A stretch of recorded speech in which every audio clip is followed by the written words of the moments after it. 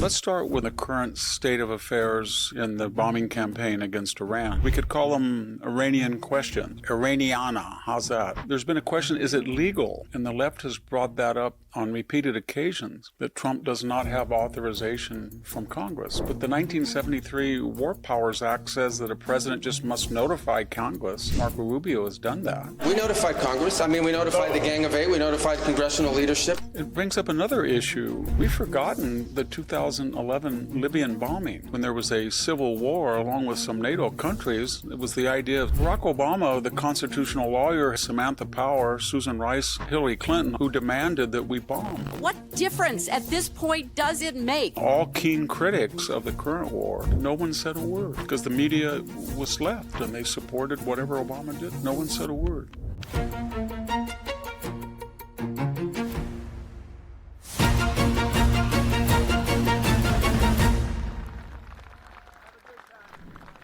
Hello, this is Victor Davis Hanson for the Daily Signal. I want to have a couple of videos on the current state of affairs in the bombing campaign against Iran. Let's start with a lot of issues. We could call them Iranian questions or Iraniana. How's that? There's been a question, is it legal? And the left has brought that up on repeated occasions, that Trump does not have authorization from Congress. But the 1973 War Powers Act says that a president just must notify Congress of his intention, and Marco Rubio has done that. And then he has 60 to 90 days to act depending on the particular type of authorization. He has 60 to 90 days to conduct a war without notifying Congress. And we're now in 1 month. 30 days. So he's not even halfway there. It brings up another issue. Barack Obama, the constitutional lawyer, has been very critical of it. But remember, we've forgotten the 2011 Libyan bombing. Remember that the Gaddafi regime had given up all of its nuclear proliferation sites. We had Americans on the ground, stealthily so, that were dismantling them. I was there in Libya in 2007, and I saw the country, and it was under massive transformation as Libyans were starting to be accrued to the idea that the children, the next generation of dictators, were going to liberalize the country. And Libya was terrified of the United States after its threats to denuclearize countries that had started bomb programs, so it had given up its elements of it. But the point I'm making is Obama then went in 2011, when there was a civil war along with some NATO countries. It was the idea of Samantha Power, Susan Rice, Hillary Clinton, all keen critics of the current war, who demanded that we bomb. And we bombed not for 30 days, not for 60 days, not for 90. We bombed for 7 months. And we didn't have 10,000 sorties. We had 26,000 sorties. And no one said a word. No one said a word. Because the media was left and they supported whatever Obama did. Same thing with the most disastrous misadventure we've had in recent military history in Afghanistan. When we skedaddled out of Afghanistan, we left contractors, loyal Afghans behind. We took unaudited Afghans with us with, a bustle, completely unaudited, and many of them have turned up to be criminals or dependent on welfare. And then in addition, we lost 13 Marines. We've lost that many in 30 days of war, but Joe Biden lost that in 1 day. And then we left, I don't know how many, the records estimates, statistics say $30 to $50 billion of military architecture and weapons, $1 billion embassy, $300 million refitted Air Force base at Bagram.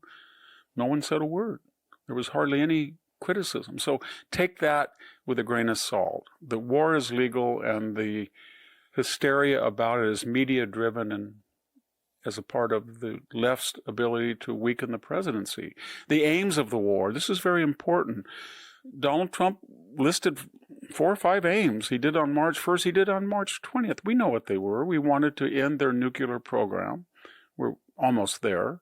stop their ability to make a bomb. Number two, we wanted to end their missile program, their ballistic missiles, and we're making progress, and we wanted to stop the ability of them to recreate them, their industry. Israel's going after that. And we can't really stop the resupply if the Russians are sending new missiles across the Caspian Sea, as some reports suggest, but we're trying to do our best. So the war is not lost at all, and the aims have been systematically achieved. The third, remember, was stop the money going to Hezbollah, the Houthis, and Hamas. And they are all desperate. That was very unpopular with the Iranian people, to give precious billions of dollars while they were near starvation and armed Arab terrorists. They were not in favor of that. A fourth was to stop the killing of Americans over the last 47 years. No terrorist entity or cadre has killed more Americans in barracks, embassies, during the Iraq and Afghan war with shaped charges than Iran has. It tried to kill Donald Trump. It tried to kill John Bolton. It tried to kill Mike Pompeo. It tried to kill Brian Hook. It tried to kill the Saudi ambassador. So we're going to try to stop that. And then, of course, we don't want it to be the regional disruptor that perennially threatens the Gulf states. They're attacking Qatar, the UAE, Saudi Arabia, all of these countries that are the main exporters of oil and the competitors of Iran. And remember, they've intimidated them for years, and maybe now we can stop that. That was another aim.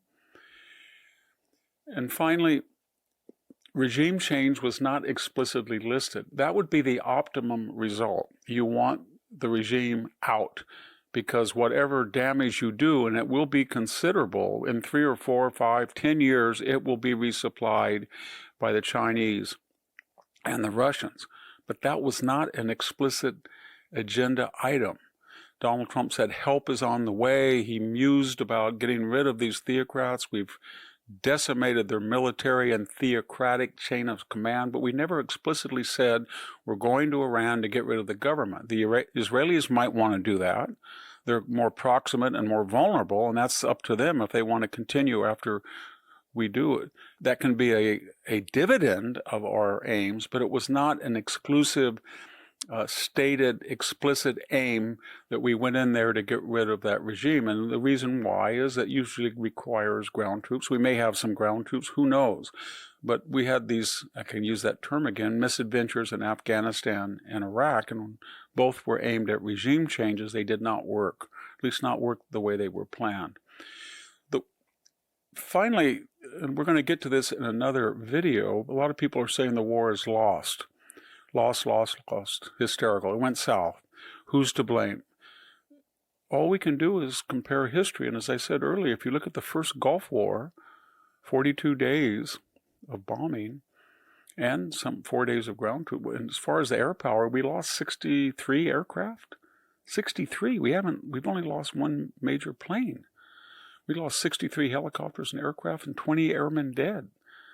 And in the Serbian campaign, it went on for 72 days. We had all our NATO allies behind us, and Serbia was a paper tiger compared to Iran. So in comparison to these types of operations, it's been very successful. What I want to get to later on is that all war, as Clausewitz said, is an extension of politics by other means, or I think the German might suggest a continuation of politics by other means. It's true, it is. So there is a political and a military side, and we can't mix the two.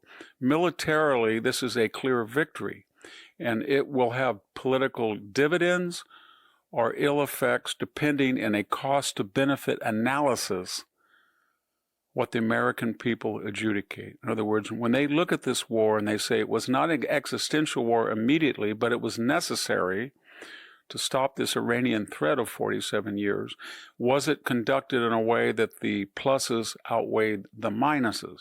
And then they will make a political calculation. If the war is still going on and they feel that it wasn't, then they will pressure Donald Trump through their representatives and the media to stop it, even though militarily is successful. Military successful operations are not always politically successful. We learned that in Vietnam, where we didn't lose a single conventional battle. We didn't lose a single conventional battle in Iraq. or Afghanistan, and we lost the war. Politically, we won amazing victories in 1952 and 3 in Korea, and politically it was a stalemate.